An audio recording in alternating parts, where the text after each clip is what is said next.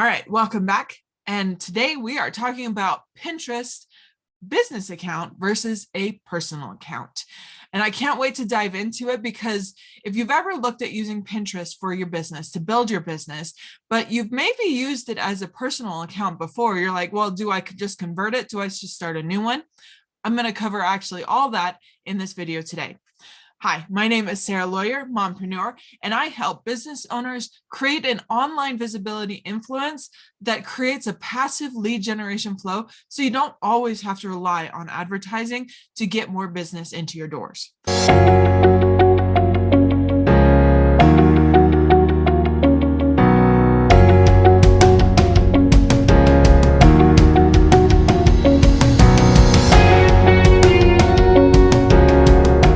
Let's dive into which is better, a Pinterest business account or a personal account. All right, so I've got my little notes, so I make sure I give you all the information you need to be successful.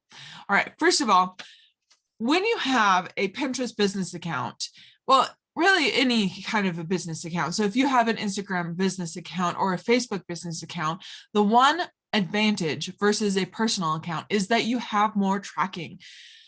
One thing that a mentor of mine has said, numbers are easy, so that makes business easy because all business is just numbers. You just need to be able to know the numbers to be able to grow the numbers, right?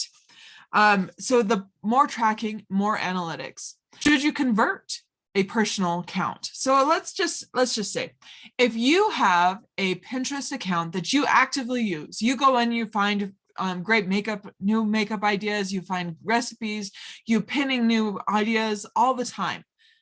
Should you convert that to a business account? In my course, I actually suggest that you do convert it to a business account because it's you. Your business is usually you running it, correct? So if you are pinning and you love to be able to be active, your Pinterest account for your business is actually going to be benefited from that because Pinterest loves active users. If you're just going to go in and use it just to post your business, it's not going to get as much impressions, views, clicks, and all that. I mean, sure, you can get those. That's something I do for my clients, actually. I go in and manage their Pinterest accounts, but here's the thing. I don't just pin their pins. I make sure to repin and take pins from Pinterest so that it's active. Their account is always active and it grows from there. Okay, so I strongly suggest that you convert a personal account to a business account. Now, why would you not do that? All right, for example, if your Pinterest personal account is completely different, like a 360, 180 degree kind of thing, where it's just complete opposites from what your business is or who your avatar is, then yes, I suppose you could create a new business. It's just going to be slower to get going and really ramp up people who are looking for what you offer. Now, this being said, there are ways to increase that. One way is to actually have idea pins shared 1 to 3 times per week. Now, what are idea pins, Sarah? I don't know what those are. How do I know what to do with those? Don't worry. So an idea pin is basically your blog post or your content, your video, broken up into an idea pin. It's just adding short snippets of value so that your audience sees it more clearly and it's like, oh, this is great. I love what they're sharing. That leads them to following you because Pinterest wants more people to be able to follow you. They want to be able to show your pins to the people who are really looking for it. But if you don't have that big of a following, can you still make a difference? Yes, you can.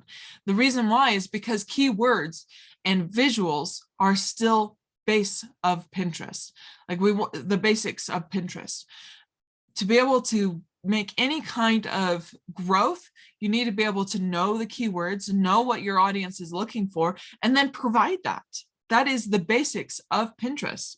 How to actually get started with a Pinterest business account. I actually cover that in a video. I'll make sure to link that here. But basically, you go to business.pinterest.com and start from there. You either log in to your Pinterest account and convert it, or you create a new one.